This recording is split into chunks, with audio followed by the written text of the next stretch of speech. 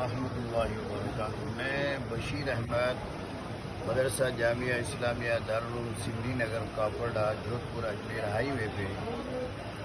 واقع ہے، اس کا ذمہ دار ہونے کے ناطے مدرسے میں جو اپنے عیدگاہ وصالی نگر اجمیر شریف کے اندر ہے حلقہ، وہاں کے بچے پڑھتے تھے، تو چھٹیاں ہو گئی رمضان المبارک کے حساب سے، تو ان کو اپنے اپنے گھروں پہنچانے کے لیے آئے تھے مدرسے کا اساتذہ، اور ساتھ میں میرا بھی تقاضا تھا یہاں کے ساتھیوں کا، تو میں بھی حاضر ہو گیا۔ تو وہاں سے فراغت کے بعد اجمیر شریف درگاہ کے اندر جو ہے فاتحہ پڑھنے کے لیے آیا۔ یہ ہمارا ایک اخلاقی فریضہ تھا۔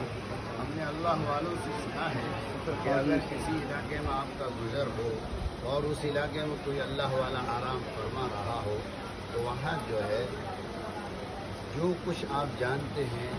وہ قرآن کریم کی تلاوت ہے، درود پاک کا روم ہے، کلمہ طیبہ پڑھ کے ان کے درجات کو بلند فرماوے اللہ، یہ دعا کرتے ہوئے آگے بڑھیں۔ اسی سلسلے میں ہم یہاں